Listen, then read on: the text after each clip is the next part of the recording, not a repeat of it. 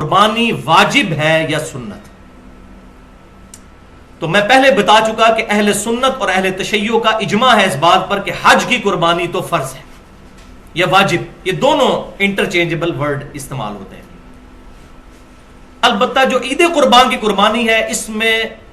سوائے حنفیوں کے باقی پوری امت کا اتفاق ہے، اہل سنت کا بھی اور اہل تشیع کا بھی، کہ یہ سنت مؤکدہ ہے، تاکید شدہ سنت ہے، کوئی عام سنت نہیں۔ حنفی کہتے ہیں واجب ہے، اور ظاہر وہ حدیث بڑی سخت ہے جو میں پہلے بیان کر چکا، سنن ابن ماجہ میں، مسند امام احمد میں اور المستدرک للحاکم میں صحیح سند کے ساتھ ہے، اور امام ذہبی نے بھی موافقت کی ہے کہ جو استطاعت کے باوجود قربانی نہ کرے تو ہماری عیدگاہوں کے قریب بھی نہ پھٹکے۔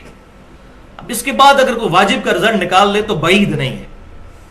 لیکن ہم چونکہ مقلد نہیں ہیں اور نہ غیر مقلد ہیں، متبع سنت ہیں، ہم صحابہ کرام اور اہل بیت کے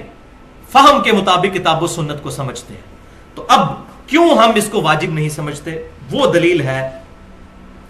سنن الکبریٰ البہیقی میں اور مصنف عبد الرزاق میں صحیح سند کے ساتھ کہ سیدنا ابو بکر و عمر رضی اللہ تعالی عنہما دونوں خلیفۃ المسلمین بعض اوقات جان بوجھ کر قربانی چھوڑ دیا کرتے تھے، صرف اس لیے کہ کہیں لوگ اس کو واجب نہ سمجھ لیں، یعنی استطاعت کے باوجود کبھی کبھار، ہمیشہ نہیں۔ اور سنت موقدہ کی تعریف بھی یہی ہے کہ ہمیشہ چھوڑنے والا جو ہے وہ گناہگار ہوگا، کبھی کبھار چھوڑنے والا گناہگار نہیں۔ لہذا اب اس میں خصوصاً ہمارے اہل سنت میں سے جو اہل حدیث مکتبہ فکر کے لوگ ہیں ان کے لیے بہت بڑا لمحہ فکری ہے، کیونکہ اہل حدیث مکتبہ فکر کے لوگ جو ہے وہ حنفیوں کے مقابلے پر یہ بہت چیز پروپیگیٹ کرتے ہیں کہ جی حنفی اس کو واجب کہتے ہیں، حالانکہ یہ سنت ہے۔ دیکھیں ابو بکر و عمر نے چھوڑ دی۔ اب اگر ہم چند فینیٹکس قسم کے اہل حدیث علماء والا فتویٰ لگائیں کہ آپ حدیث کو چھوڑ کے ابو بکر و عمر کے پیچھے لگے ہوئے ہیں، جو یہ اکثر کہہ دیتے ہیں جب ہم ان کو کوئی صحابی کا قول بتاتے ہیں تو کہتے ہیں جی حدیث دیکھیں، آپ ابو بکر و عمر کے پیچھے چل پڑے، اور حالانکہ یہاں پر حدیث کو دیکھا جائے تو حنفی بالکل ٹھیک ہے، صرف حدیث کو کہ عیدگاہوں کے قریب بھی نہ آئے جو قربانی نہیں کرتا تو واجبیت نکلتی ہے۔ لیکن اس حدیث کا فہم صحابہ سے سمجھا کہ آپ صلی اللہ علیہ وسلم نے ڈرانے کے لیے کہا ہے، اتنی تاکید کی ہے، اس سے مراد واجبیت نہیں بلکہ سنت موقدہ ہے، اور اس کا سہارا جو ہے وہ یہی سیدنا ابوبکر و عمر کا عمل ہے۔ ورنہ حدیث پہ جائیں تو اب یہاں پر تمام اہل حدیث کہتے ہیں کہ نہیں ابوبکر و عمر نے اگر یہ کیا ہے رضی اللہ تعالیٰ عنہما تو یہی وجہ ہے۔ تو ہم بھی کہتے ہیں بھائیو داڑھی کے مسئلے میں بھی جو عبداللہ بن عمر رضی اللہ تعالیٰ عنہما اور سیدنا ابو ہریرہ دو ہی راوی ہیں، داڑیاں بڑھاؤ اور مونچھیں پست کرو، اس حدیث کے دو ہی راوی ہیں اور دونوں مٹھی کے بعد داڑھی کاٹنے کے قائل تھے اور کاٹتے تھے۔ صحیح بخاری میں ہے کہ وہ حج اور عمرے کے موقع پر عبداللہ بن عمر کاٹتے تھے، اور سنن ابی داؤد کے اندر اور الموطا امام مالک میں ہے کہ مطلقاً کاٹتے تھے۔ تو پوری ڈیٹیل کے ساتھ میں نے گفتگو کی ہے اہل سنت پاک.com پر، ابھی تک جن جن علماء نے سنی کسی کے پاس جواب نہیں ہے۔ مسئلہ نمبر 33 کے نام سے 1 گھنٹے کی گفتگو ہے، داڑھی کی اہمیت اور اس کی مقدار کا بیان، اور اس میں دونوں ایکسٹریم رویے جو ہیں میں نے ان کا الحمدللہ رد کیا ہے کہ صحابہ کے فہم کو دیکھنا ہے، خام خانی کہہ دینا کہ صحابہ نے غلط کام کیا ہے۔ ورنہ سب سے پہلے تو تراویح کی نماز بند کروائی جائے جو بخاری اور مسلم میں حدیث ہے، نبی صلی اللہ علیہ وسلم نے 3 دن پڑھی، وہاں پھر صحابہ اکرام کی پناہ لیتے ہیں، نہیں جی صحابہ نے شروع کروائی تھی، تو اب مرفوع حدیث کہاں گئی؟ تو صحابہ اکرام علیہم رضوان کا اگر کوئی عمل حضور صلی اللہ علیہ وسلم کے خلاف ہو ہمارے سینس میں وہ ریجیکٹڈ نہیں ہوگا، عین ممکن ہے وہی فارم ہو اس کا، تا وقت کہ صحابہ میں اختلاف نہ ہو جائے۔ اختلاف ہو جائے پھر ہم دیکھیں گے جمہور کی رائے کیا ہے، جیسا کہ حج تمتع کے مسئلے میں عبداللہ بن عمر اور سیدنا عمر کیا اختلاف ہوا، بالکل ٹھیک ہو گیا، سیدنا عمر نے اپنا ڈیسیژن واپس لیا، جامع ترمذی میں موجود ہے۔ جہاں اختلاف کوئی نہ پایا جاتا ہو تو 14ویں صدی کے ملوں کے کہنے پر عبداللہ بن عمر کو ہم بدعتی نہیں کہہ سکتے اس مسئلے میں، والعیاذ باللہ تعالی۔ تو یہ مسئلہ میں نے یہاں پر الحمدللہ کلیئر کر دیا۔ پوائنٹ نمبر 2، قربانی کے لیے نصاب کیا ہے، یعنی کس بندے کے پاس کتنا روپیہ یا مال ہو تو وہ قربانی کرے گا۔ تو بھائیو اس پہ میں آلریڈی ایک حدیث تو بیان کر چکا کہ جس پہ استطاعت ہے وہی قربانی جو ہے وہ کرے گا۔ استطاعت میں کوئی نصاب بیان نہیں کیا آپ صلی اللہ علیہ وسلم نے، جو بھی جانور خرید سکتا ہے۔ لہذا یہ جو زکوٰۃ کا نصاب لگایا ہوا ہے یہ بالکل من گھڑت بات ہے، ایسی بات نہیں ہے، کوئی زکوٰۃ کا نصاب نہیں، جو بھی جانور خرید سکتا ہے، اگر انہی دنوں میں اس کے پاس اتنا پیسہ آ گیا کہ وہ جانور خرید سکتا ہے، چاہے وہ صاحب نصاب نہیں بھی ہے زکوٰۃ کے حوالے سے، تب بھی اس نے قربانی کرنی ہوگی، سنت موقدہ ہے۔ اب یہاں پر بعض لوگوں نے آج کل بڑے مجھے فون بھی آ رہے ہوتے ہیں، جی جناب ہم تو مقروض ہیں، تو سنا ہے کہ مقروض کے اوپر جو ہے وہ قربانی نہیں ہے۔ بھائی دنیا میں کون سا بندہ ہے جو مقروض نہیں ہے؟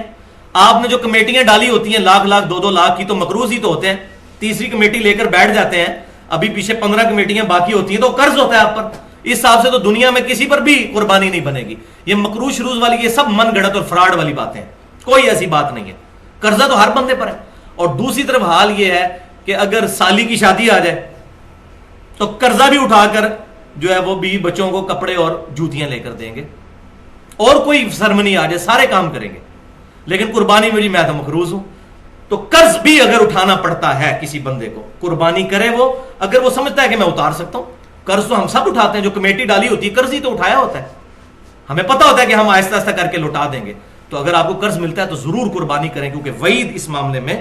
بہت سخت ہے۔ لیکن اگر کوئی بیچارہ بہت ہی مفلس ہے اور نہیں کر سکتا بیچارہ، تو وہ میں پہلے حدیث بتا چکا، سنن نبی داؤد، سنن نسائی اور المستدرک الحاکم میں صحیح سند کے ساتھ ہے، اور امام ذہبی نے بھی موافقت کی ہے کہ آپ صلی اللہ علیہ وسلم نے فرمایا کہ جس میں استطاعت نہیں ہے وہ پھر عید والے دن اپنے ناخن کاٹ لے اور بغلوں کے بال اور زیر ناف بال صاف کر لے، اور اس میں امپلائڈ ہے کہ پھر وہ یکم ذی الحجہ سے لے کر قربانی تک، قربانی کے دن تک، عید کی نماز تک یہ بال نہیں کاٹے گا، تو اللہ تعالیٰ اسے پوری قربانی کا ثواب انشاءاللہ عطا فرما دے گا۔ پوائنٹ نمبر 3 کہ ایک خاندان کے ایک فرد پر قربانی ہے یا سب نے ہی قربانی کرنی ہے، یہ بھی آج کل بڑا کریٹیکل ایشو ہے۔ یہ ساروں نے قربانی کرنی ہے؟ ایک خاندان میں جتنے بندے ہیں اور سارے امیر ہیں تو کیا سارے ہی کریں گے؟ تو بہتر تو یہی ہے سارے ہی کریں، جتنا میٹھا ڈالیں گے اتنا ہی بہتر ہے، آخرت کے لیے سیف کریں اس کو، عبادت۔ لیکن دین کی طرف سے اوبلیگیشن ہے کہ ایک خاندان کی طرف سے ایک قربانی ہوگی، ایک خاندان، ایک فیملی۔ اب فیملی یہ نہیں ہے کہ 5 بھائی ایک گھر میں شادی شدہ رہ رہے ہیں تو یہ ایک فیملی ہے، نہیں، ایک شادی شدہ بندہ اور اس کے بچے، یہ ایک فیملی ہے۔ ایک گھر میں اگر 5 بھائی ہیں تو یہ 5 فیملیز ہیں، الگ الگ اپنی قربانی دیں گے۔ یہ نہیں ہے نہیں جی ہم تو ابا جی کو تنخواہ دیتے ہیں، ایک ابا جی نے قربانی کر دی سب کی طرف سے ہوگی، نہیں، باقی خرچے لادا لادا ہے، قربانی کی باری ہے تو ابا جی دیں گے، نہیں۔ تو ایک خاندان، میاں بیوی اور بچے، وہ ایک خاندان تصور ہوں گے، ان کی طرف سے ایک قربانی، اور وہ ثبوت جامع ترمذی اور سنن ابن ماجہ میں صحیح سند کے ساتھ حدیث ہے۔ عطا بن یسار تابعی کہتے ہیں کہ میں نے سیدنا ابو ایوب انصاری جو نبی صلی اللہ علیہ وسلم کے میزبان تھے ان سے پوچھا کہ آپ صلی اللہ علیہ وسلم کے زمانے مبارک میں آپ لوگ قربانی کس طرح دیا کرتے تھے؟ تو انہوں نے کہا کہ آپ صلی اللہ علیہ وسلم کے مبارک زمانے میں ہم میں سے ہر شخص ایک خاندان کی طرف سے ایک ہی بکری قربان کیا کرتا تھا، اور وہ اس کے اور اس کے گھر والوں کی طرف سے تصور ہوتی تھی۔ لیکن بعد میں پھر صورتحال خراب ہوگی اور لوگ باہم فخر کرنے کے لیے ایک سے زیادہ قربانیاں کرنا شروع کر دیں، جس کا ذکر اگلی حدیث میں موجود ہے، سنن ابن ماجہ میں ہی اور المستدرک للحاکم میں صحیح سند کے ساتھ، اور امام ذہبی نے بھی موافقت کی ہے کہ حذیفہ بن اسید رضی اللہ تعالیٰ عنہ کہتے ہیں کہ میرے گھر والوں نے مجھے اکسایا، حالانکہ میں یہ جانتا تھا کہ سنت یہ ہے کہ پورے گھر کی طرف سے ایک قربانی کی جائے، ایک بکری، لیکن میرے گھر والے مجھے اکساتے ہیں کہ میں زیادہ قربان کروں تاکہ لوگوں میں فخریہ طور پر یہ بات، یہ صحابہ کے زمانے میں یہ کام شروع ہو گیا، کیونکہ امت کا فتنہ تو مال ہے نا۔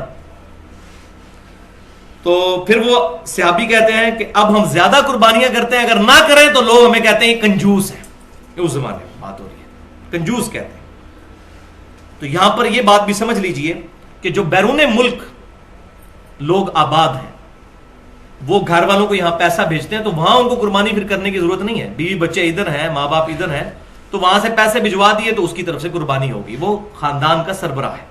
یہ نہیں ہے کہ اس نے لادا ادھر قربانی کرنی ہے۔ اسی طریقے سے فطرانے کے پیسے، باقی چیزیں جو ہے وہ یہاں پر اگر کوئی بھجوا دیتا ہے تو یہاں پر دے دیں گے تو ادا ہو جائے گی۔